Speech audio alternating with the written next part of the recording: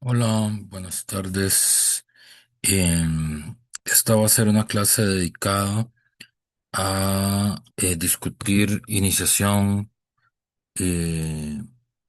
iniciación a la filosofía eh, para los no filósofos de Luis Althusser. No todo el libro, sino solo las dos lecturas asignadas. La primera, que se llama ¿Qué dicen los no filósofos? Y la segunda, que se llama Filosofía y Religión. El objetivo es introducir la obra de Luis Althusser, eh, del cual vamos a leer dos textos. Este primero, Iniciación a la Filosofía para los no filósofos, y un segundo texto, que es el texto clave para el curso, que está presente en este libro, en Filosofía como arma de la revolución, pero en ese libro en concreto vamos a leer la lectura que se llama Ideología y aparatos ideológicos del Estado. Son las dos lecturas de la obra de Luis Althusser. Algunos datos importantes. Bueno, es un autor francés, es un autor que nace en 1918 y muere en 1990.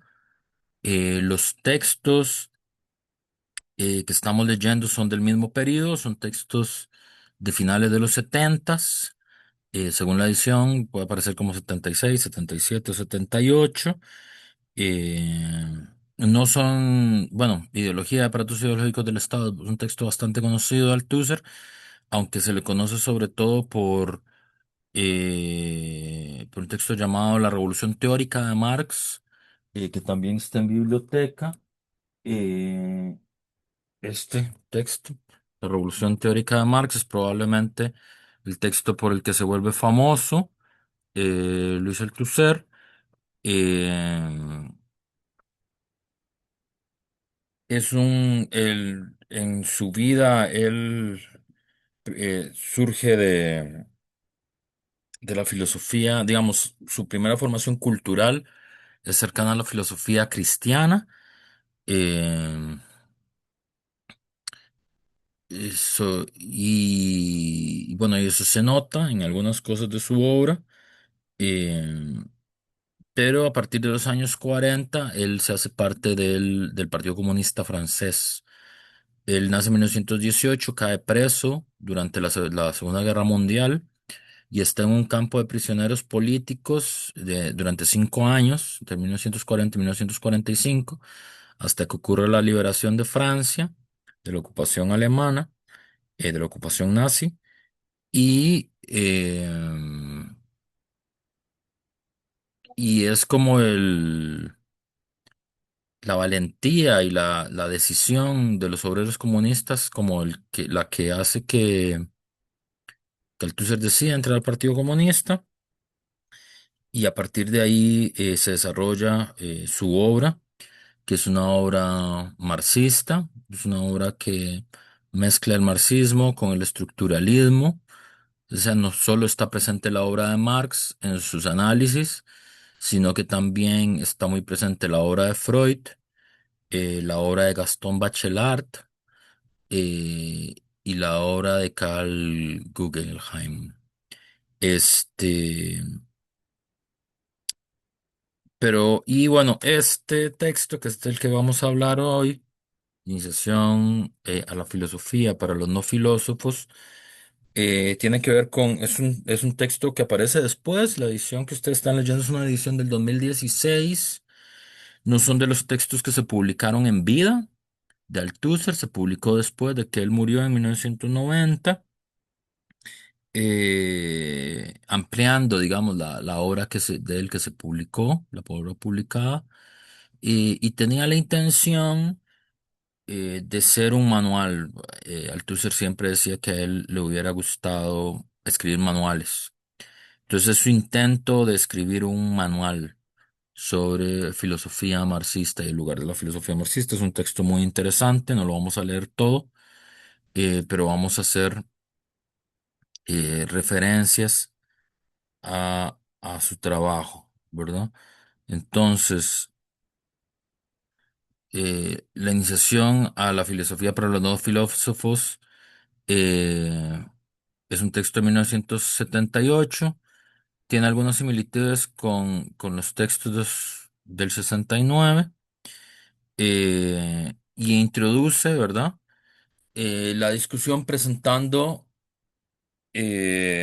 las objeciones que hay de los no filósofos para hacerse una idea de la filosofía, ¿verdad? Es decir, las ideas que tienen los obreros, los campesinos, los empleados sobre la filosofía, que tienen distintas reacciones, ¿verdad? La primera es la idea de que no saben nada de filosofía o que no es algo para nosotros, ¿verdad? Como que la filosofía es algo como muy complicado para un obrero, para un campesino, para un empleado, que es demasiado difícil, que es como para gente especializada. Algunos puede ser que hayan visto algo en el colegio, inclusive que les haya parecido interesante en el colegio, pero luego vino la vida y, y ya no pudieron seguir. Eh, los cuadros medios, profesionales, los funcionarios o los médicos pueden decir que no retuvieron nada, que no entienden muy bien para qué sirve.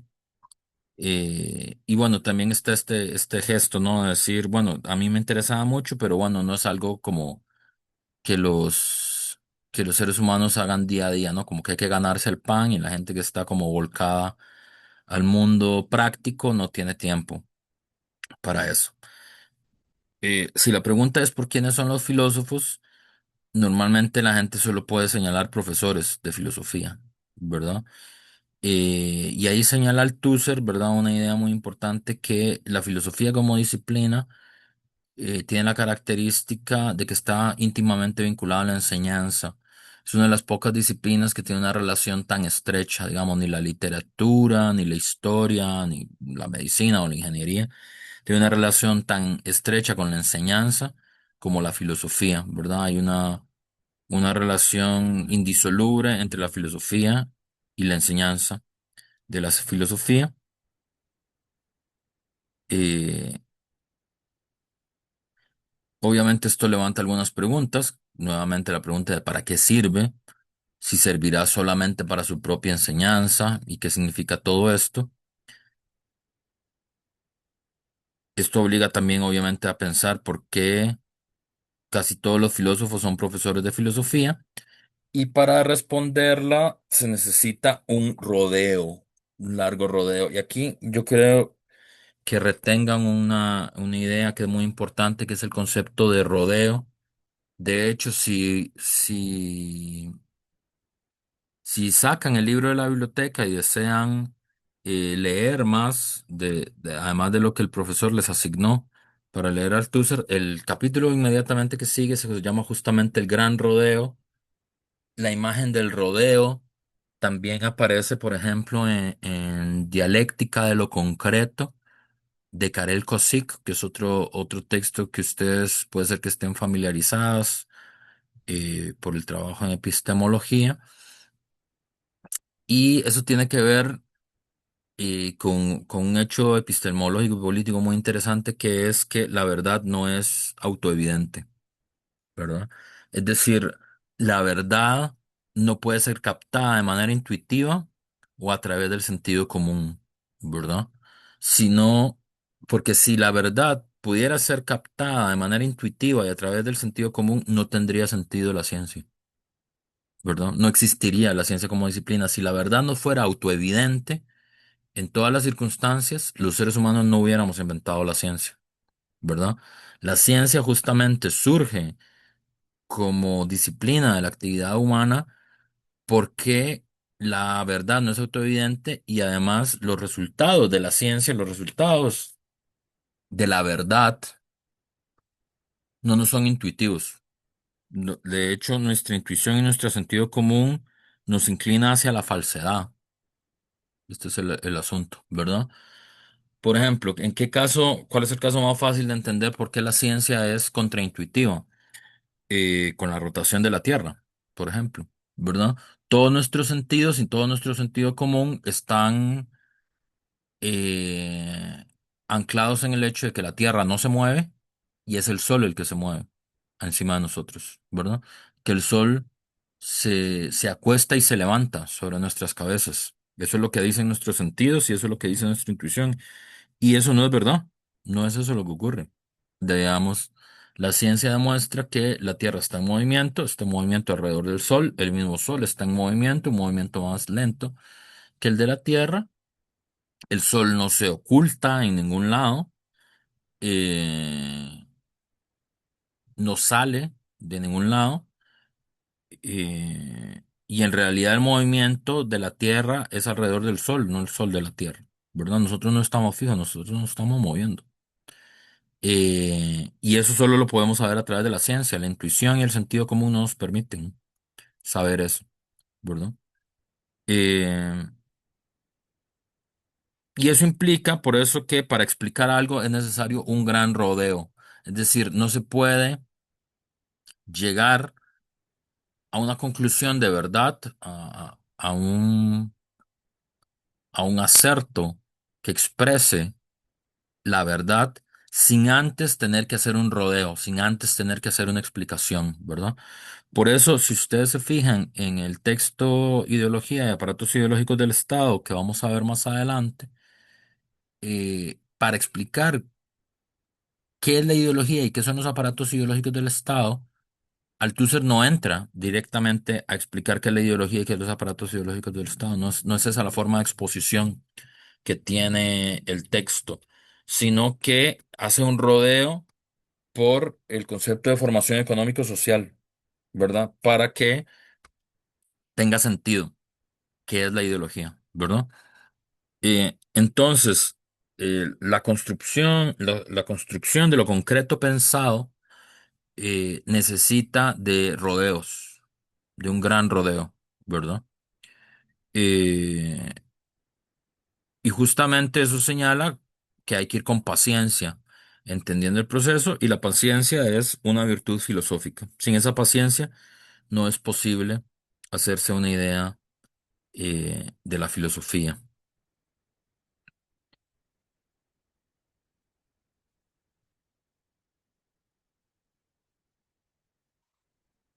Señala Althusser también que lo que hace que alguien sea filósofo no es si trabajan o no, los filósofos trabajan, no es si tienen hijos o no, si participan en política o no, algunos filósofos participan de política, otros no. Lo que hace que sean filósofos es que viven como una especie de mundo aparte, un mundo cerrado, construido por las grandes obras de la historia de la filosofía. ¿Y qué es lo que hacen? Leen y releen las obras de los grandes autores, distinguiéndolas entre sí para comprenderlas mejor, ¿verdad? Es una especie de relectura perpetua de los textos, que es una disciplina rara porque ningún profesor de matemática releería perpetuamente un tratado de matemáticas, ¿verdad? Y en cambio los profesores de filosofía vuelven una y otra vez sobre los textos claves, ¿verdad? Vuelven una y otra vez sobre Aristóteles, sobre Platón. De hecho, para que vean aquí en el escritorio del profesor justo a la mano está Platón señalado y luego está Spinoza señalado y luego está Aristóteles señalado. Y es volver, y son textos que yo ya conocía y ya leí, y vuelvo una y otra vez sobre ellos, que es una cosa que no hacen ni los físicos, ni los matemáticos, ni los médicos. Ningún médico se lee varias veces el mismo tratado de medicina, si es que leen tratados todavía, ¿verdad? Eh, en algún sentido rumían, dice Althusser, ¿verdad? Que es como la actividad de las vacas, ¿verdad? Que pasan mordiendo el pasto, ¿verdad? Para Althusser, la práctica de la filosofía no es una simple lectura, ni siquiera es una demostración, es una interpretación, es una interrogación, es una meditación, llamando la atención sobre lo que las grandes obras quieren decir o pueden querer decir, ¿verdad? Y este mundo es un mundo sin afuera, es un mundo sin historia, ¿verdad? ¿Qué es esto que dice Althusser de que es un mundo sin afuera, sin historia? ¿Verdad? Por ejemplo, la filosofía es de las únicas disciplinas en las que uno puede hacer una referencia a un pasaje de Kant, de Husserl o de Platón, uno sobre otro, Y no importa que esos textos estén separados por 2300 años o por 150 años o por sociedades completamente distintas una del otro, ¿verdad? Es muy normal que la gente de filosofía dice, bueno, Kant dice, Platón dice, Aristóteles dice, y todos estos señores vivieron en sociedades distintas en tiempos distintos, ¿verdad? Pero parece el problema del espacio-temporalidad de la filosofía no parece ser relevante para la gente que estudia la disciplina de la filosofía. Porque para el filósofo todas las filosofías son contemporáneas, ¿verdad? Entonces, ¿por qué no tienen historia? Porque todas son contemporáneas, ¿verdad? Platón es un contemporáneo nuestro. Hace poco hice una entrevista, ¿verdad? Con Tomás Morapoe, que se las puedo recomendar verla, lo pueden buscar en mi canal de YouTube, hablando justamente sobre este libro, sobre el libro de la defensa de Sócrates. Y señalaba el autor, el especialista con el que estábamos hablando, llega a la conclusión de que sí, efectivamente, Platón es un contemporáneo para quienes estudiamos filosofía. Eh, ¿Y por qué somos contemporáneos? Porque la filosofía siempre quiere responder las mismas preguntas, ¿verdad? Las cuatro grandes preguntas que Kant sostiene que son la filosofía, ¿no? ¿Qué puedo saber? ¿Qué debo hacer? ¿Qué me está permitido esperar? ¿Qué es el hombre? ¿Verdad? Entonces, en ese sentido, la filosofía es eterna. Y aquí pongan la atención porque también esta definición la va a usar para definir ideología.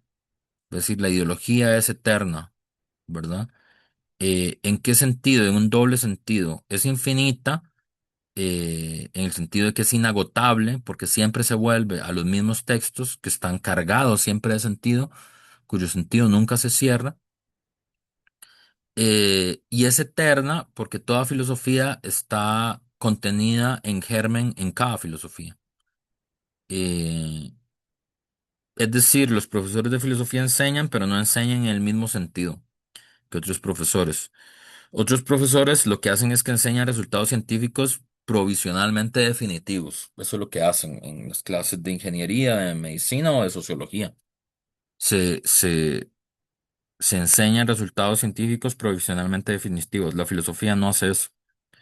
Eh, lo que hace es enseñar a los estudiantes a filosofar. Es decir, no da datos provisionalmente definitivos de la ciencia, sino que enseña a filosofar. Ese es el objetivo que tiene la filosofía, ¿verdad? Eh,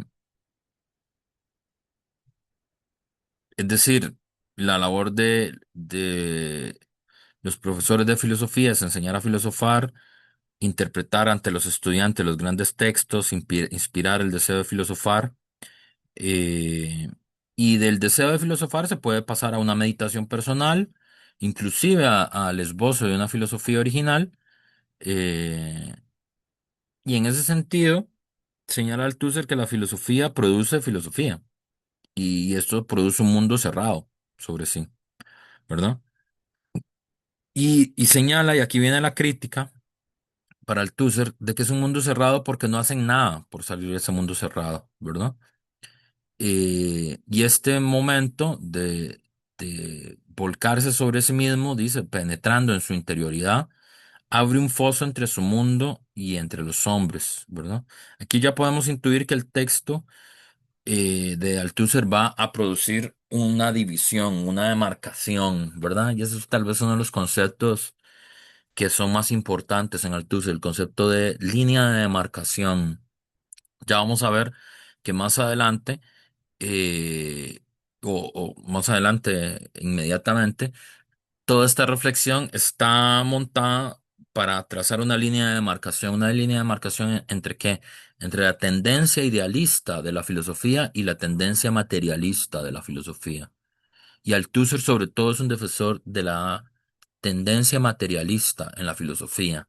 Y lo que va a hacer en cada una de sus intervenciones es demarcar la filosofía, dividir la filosofía entre la tradición materialista y la tradición idealista, que también para él eh, es una práctica de la filosofía, son dos prácticas de la filosofía, ¿verdad? O sea, son dos tendencias de la filosofía, pero son dos prácticas de la filosofía, también dos formas en las que se practica la filosofía. Y también, y esto concuerda con su idea que la filosofía es eterna, eh, la filosofía no avanza porque la lucha entre la tendencia idealista y la tendencia materialista en filosofía siempre es la misma, siempre es la misma, no progresa, ¿verdad? Está siempre en el mismo punto. O sea, hay nuevos filósofos, hay nuevos aportes a la filosofía, pero el punto de lo que se está discutiendo es el mismo, ¿verdad? Eh, entonces aquí, toda esta primera parte, Althusser lo que hizo fue describir una tendencia extrema de la filosofía, es decir, la tendencia idealista y la práctica idealista de la filosofía, ¿verdad? Que es una filosofía volcada sobre los textos, volcada sobre el exceso de sentido de esos mismos textos, sobre un regreso permanente una y otra vez a los mismos textos y cómo esa práctica crea un foso, crea una separación entre quien practica la filosofía y el mundo, ¿verdad? Y Althusser va a decir que dentro de la tradición filosófica hay otra forma, una forma muy distinta de practicar la filosofía, la de él, obviamente, pero que también fue la forma en la que lo hizo Marx, en la que lo hizo Spinoza, en la que lo hizo Maquiavelo, en la que lo hizo Demócrito y Epicuro, ¿verdad? Eh, que es la línea materialista en la filosofía, ¿verdad? La práctica materialista de la filosofía. Para la tendencia idealista en filosofía, la filosofía es sobre todo teórica. En cambio, para los materialistas, la filosofía es ante todo una práctica, ¿verdad? La tradición materialista no eleva la filosofía por encima de los conocimientos, llama al ser humano a buscar fuera de sí mismo en las prácticas, los conocimientos, las luchas sociales, pero sin desestimar las obras filosóficas, lo que le enseñe a filosofar, ¿verdad? Es un matiz, pero tiene unas grandes consecuencias, ¿verdad? Y aquí el otro concepto clave, ya hemos visto ya varios conceptos claves, el concepto de rodeo, el concepto de línea de demarcación, y aquí va a aparecer este otro que es el matiz, ¿verdad? Hay un matiz, parece como que es lo mismo, pero no hay un matiz. ¿Por qué? Porque la tradición materialista, sin desestimar las grandes obras filosóficas, lo que busca es que el ser humano encuentre en las prácticas, en los conocimientos y en las luchas sociales aquello que le enseñe a filosofar. Y en filosofía, eh, los teólogos decían que Dios está en los detalles, ¿verdad? Entonces un problema de matiz puede dar resultados completamente distintos, ¿verdad? Lenin decía que un centímetro de diferencia en la teoría puede ser kilómetros de diferencia en la práctica, ¿verdad? Son ideas que están tanto en Lenin como en Trotsky, en un texto que se llama En defensa del marxismo. Trotsky habla de este asunto, ¿verdad? Eh, es importante entender que tanto la tendencia materialista como la idealista comparten cosas, no son antagónicas en el sentido de que son completamente distintas. De hecho, las cosas distintas solo pueden ser distintas porque comparten cosas en común, si no, no podrían ser distintas. Eh, ¿Y qué comparten en común? Este carácter inagotable de las obras filosóficas. Una obra filosófica no se puede reducir a su lectura inmediata. Por eso es que yo siempre les señalo en los textos que estudiamos en el curso que si ustedes lo leen y lo entienden a la primera, probablemente está mal, lo más seguro está mal, ¿verdad?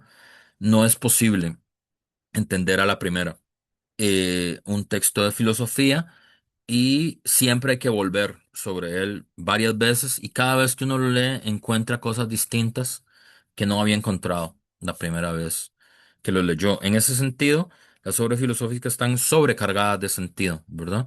Eh,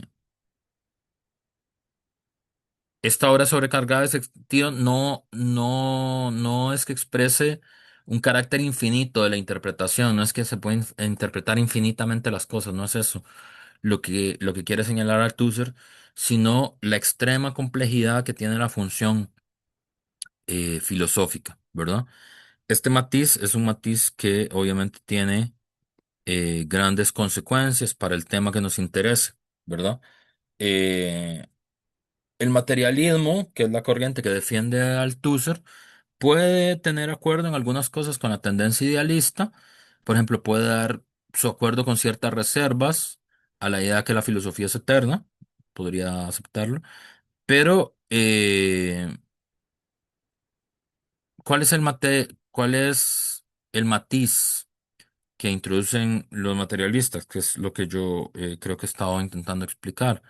Eh, efectivamente, para los materialistas, primero en la filosofía hay conflicto, hay acontecimientos, inclusive podemos decir que hay revoluciones filosóficas, eh, pero no tiene historia porque ese conflicto es siempre el mismo, es la repetición del mismo conflicto fundamental, que es el choque entre la práctica idealista y la práctica materialista de la filosofía.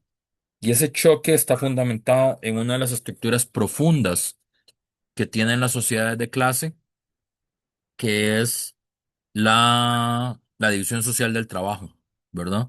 Marx introduce como una de las formas profundas, digamos, de la desigualdad de cualquier formación económico-social, la división del trabajo, es decir, la división entre el trabajo manual y el trabajo intelectual, la división de género, es decir, la división entre los varones y las mujeres, y la división entre el campo y la ciudad. Son las dos divisiones, son las tres formas de división social del trabajo que son antiquísimas, que son súper estructurales en nuestra sociedad, es decir, están en el corazón de la división social del trabajo y producen unos efectos de larga duración hasta nuestros días, ¿verdad? Em, el hecho de que haya una división social del trabajo que divide el trabajo material, el trabajo, sí, el trabajo manual del trabajo intelectual, es el fundamento material por el cual hay un choque, hay una práctica idealista de la filosofía y hay una práctica materialista de la filosofía. Eh, aquí también eh, regresa al tema, ¿verdad? Muy importante que el enfrentamiento no quiere decir eh, diferencia total. Justamente cuando uno es adversario de alguien es porque tiene algo en común. Uno no puede ser enemigo de alguien, adversario de alguien, sin tener algo en común con ese alguien para pelear por eso, ¿verdad? Eh, por ejemplo, quien es adversario político de Rodrigo Chávez tiene algo en común con Rodrigo Chávez, que es que los dos son políticos, los dos les interesa la política y el poder. Y por eso es que pueden ser adversarios, si no, no podrían ser adversarios. Eh, la práctica materialista no busca apertar a los hombres desde lo alto, ¿verdad? Como una enseñanza que viene de gente que sabe hacia gente que no sabe, sino que la práctica materialista, dice Althusser, y esto es muy importante, tiene la capacidad de saber callarse y aprender. A diferencia de la imagen estereotipada que tenemos sobre los filósofos, sobre gente que no para de hablar sobre un tema, para Althusser, la práctica materialista de la filosofía implica saber callarse y aprender. ¿Aprender de quién? Aprender de los hombres, de los seres humanos, de sus prácticas, de sus sufrimientos y de sus luchas. Poder escuchar, poder aprender no solo de los textos y las grandes obras de la filosofía, sino de los seres humanos de carne y hueso, de sus prácticas, de sus sufrimientos y de sus luchas. En su modestia o en su indiferencia se identifica la filosofía con su propia enseñanza y también con una propiedad. ¿verdad? La propiedad, la filosofía es propiedad de los profesores de filosofía. Y eso es un prejuicio filosófico para, para el Tusser. La filosofía no es propiedad de los profesores de filosofía. Eh, y es un prejuicio primero porque parte de reconocer y aceptar la división social del trabajo, es decir, la división del trabajo entre el trabajo manual y el trabajo intelectual, y sobre todo las consecuencias prácticas que tiene aceptar como un hecho no modificable de la vida real la división del trabajo manual y del trabajo intelectual. Y uno de los efectos que tiene justamente es el prejuicio filosófico de suponer que la filosofía tiene propiedad y son los profesores de filosofía que son propietarios de esa filosofía. Señala en uno de sus textos Marx, la división del trabajo solo se convierte en verdadera división a partir del momento en que se separan el trabajo físico y el intelectual. La primera forma de los ideólogos, los sacerdotes, eh, decae. Desde este instante puede ya la conciencia imaginarse realmente como que es algo más y algo distinto que la conciencia de la práctica existente, que representa realmente algo sin representar algo real. Desde ese instante se halla la conciencia en condiciones de emanciparse del mundo y entregarse a la creación de una teoría pura, de una teología pura, de una filosofía, de una moral pura, ¿es verdad? Es decir, eh, bueno, esto que dice el Tusser, ¿verdad? Hay una aceptando la división social del trabajo, eh, podemos aceptar como que hay una propiedad de la filosofía. Y aquí vale la pena introducir este concepto de Antonio Gramsci. Ahí está mal escrito, dice Grassi, pero no es de Antonio Gramsci. En su texto Filosofía de la Praxis es una forma en la que Gramsci habla del marxismo. em, Y dice lo siguiente, una filosofía de la praxis no puede dejar de presentarse inicialmente como una actitud polémica y crítica, como superación del modo de pensar precedente y del pensamiento concreto existente o del mundo cultural existente. Es decir, debe presentarse ante todo como una crítica del sentido común, después de haberse basado en el sentido común para demostrar que todos son filósofos, que no se trata de introducir ex novo una ciencia en la vida individual de todos, sino de innovar y hacer una crítica de una actividad ya existente y por tanto de la filosofía de los intelectuales que ha dado lugar a la historia de la filosofía, ya que en el plano individual y de hecho se desarrolla esencialmente en la actividad de individuos aislados, particularmente dotados, se puede considerar como la punta del progreso del sentido común, por lo menos del sentido común de los estratos más cultos de la sociedad y a través de eso también el sentido común popular. Por eso una introducción al estudio de la filosofía de exponer sistemáticamente los problemas surgidos en el proceso de desarrollo de la cultura general, que solo parcialmente se refleja en la historia de la filosofía. Cabe decir, sin embargo, que ante la falta de una historia del sentido común, imposible de hacer por la carencia del material documental, esto sigue siendo la fuente máxima de referencia para criticarla, demostrar su error real, si todavía la tiene, o el significado que ha tenido los diversos sistemas como eslabones superados de una cadena y fijar nuevos problemas y planteamientos. Entonces, ¿qué es lo que dice qué es lo que dice Gramsci en relación con la filosofía de la praxis? En esto Althusser no está muy de acuerdo no está muy de acuerdo con Gramsci en otro texto menos conocido de él que se llama ¿Qué hacer? Un texto de reciente publicación. Althusser discute mucho ese concepto de filosofía de la praxis, no le gusta mucho. Por varias implicaciones que no adelantaremos aquí.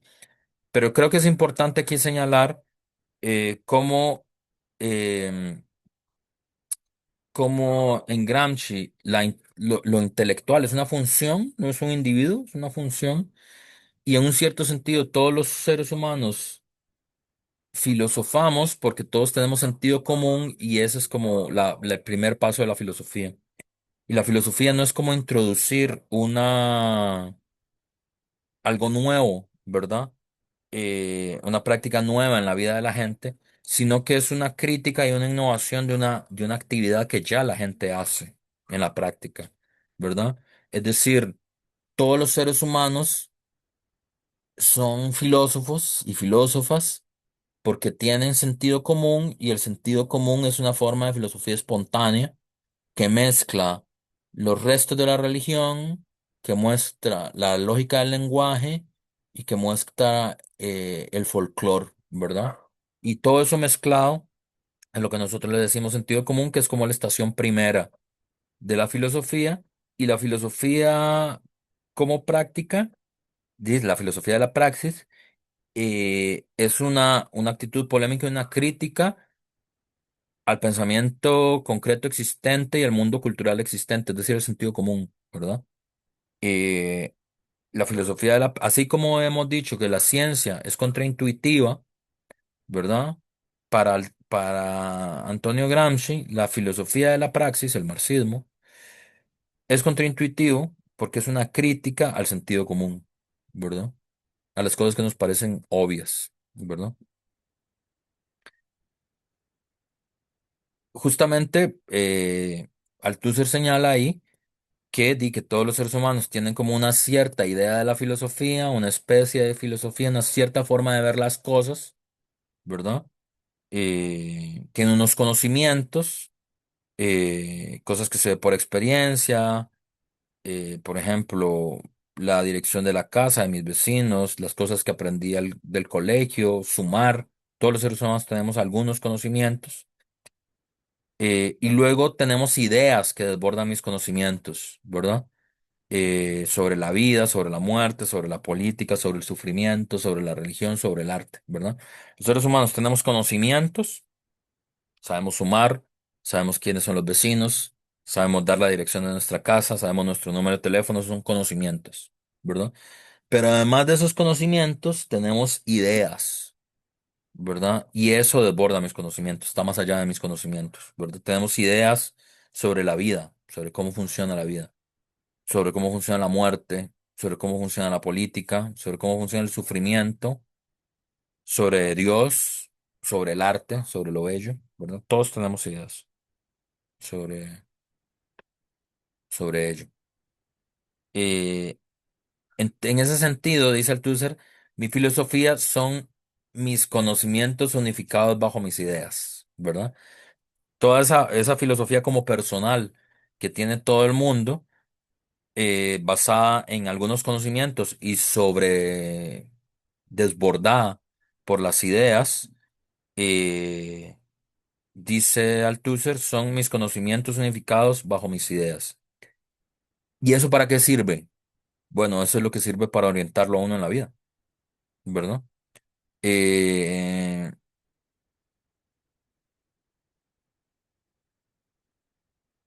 pero, ¿qué es lo que señala Althusser?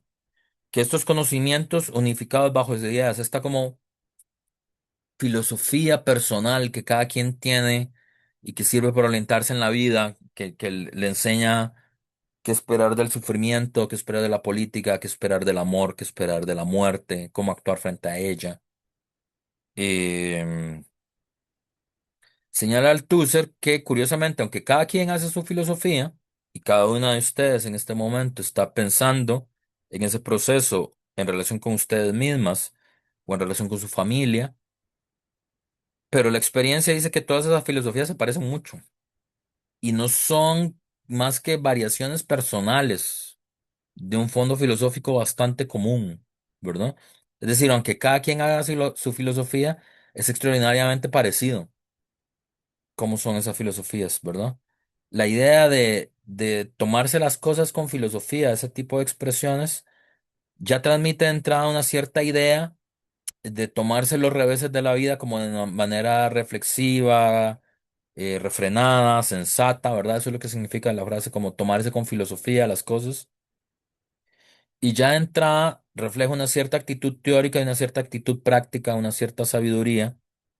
eh, es una cierta filosofía espontánea sobre la necesidad de las cosas y el orden que tienen las cosas. Y esa sabiduría también, esa filosofía espontánea que, que entiende que hay una cierta necesidad de las cosas y cierto orden de las cosas, también aporta una cierta sabiduría para soportar el mundo de las cosas, ¿verdad? Se parece en eso a las expresiones del sentido común, ¿verdad? Como no por mucho madrugar amanece más temprano, ese tipo de expresiones, ¿verdad? Que quiere decir, bueno, el mundo tiene un cierto orden que no cambia con mi actividad, ¿verdad? Entonces tengo que soportar cierto orden del mundo y cierto curso que tiene el mundo, ¿verdad? Eh, esa concepción que en el fondo parece pasiva, en realidad es bastante activa, ¿verdad? Porque produce, eh, produce valores filosóficos, ¿verdad? ¿Cuáles son los valores filosóficos que produce? Produce la idea que el individuo puede hacer muy poco frente a la necesidad de la naturaleza y la soledad, que la virtud es tener un gran dominio de sí en los extremos del dolor y en las facilidades de la felicidad, lleva a refugiarse en una pasividad, ¿verdad? Y tiene un fondo de resignación porque hay una interpretación de que en las masas, ¿verdad? Los que no han luchado y en es quienes han luchado y han sido derrotados, produce esta idea de la resignación, de que no podía ser de otra forma. Y esta resignación es anterior a la historia y ha sido la historia de la explotación y de la opresión, ¿verdad? Como las rebeliones no triunfaban, llevan hacia la resignación. Y esta forma de la resignación es lo que hace surgir la religión para el Tusser, ¿verdad? Justamente en ese trasfondo es que surge la religión.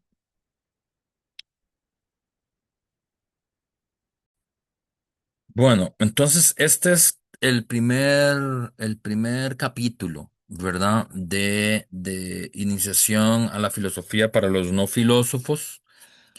Em, Vimos varios conceptos fundamentales: filosofía, no filosofía, demarcación, idealismo, materialismo, matiz, rodeo. La idea de que hay una filosofía, que todos los seres humanos somos filósofos, que hay una filosofía espontánea en forma de sentido común, pero también hay una especie de filosofía personal, que también es una forma de sabiduría, que es una forma resignada de ver el mundo, que tiene que ver, y aquí vemos que hay varios efectos estructurales y superestructurales de cómo Althusser entiende la sociedad. Por ejemplo, un elemento estructural que es la división social del trabajo produce dos prácticas diferentes de la filosofía, una materialista, otra idealista, pero también produce prejuicios filosóficos, como la idea de que la filosofía es propiedad de los profesores de filosofía y no es algo que es común al género humano. Este, y por otro lado, también como eh, el elemento de resignación que tienen estas filosofías espontáneas, que no han sido todavía criticadas ni superadas por la filosofía de la praxis, diría Gramsci, pero por el materialismo histórico, por la práctica filosófica, diría Althusser, tiene como trasfondo político la resignación que produce entre quienes no luchan y quienes luchan pero han sido derrotados. Y eso tiene un efecto, como las rebeliones humanas no triunfan y no tienen una estrategia para triunfar, no por lo menos hasta la invención del materialismo histórico para Althusser.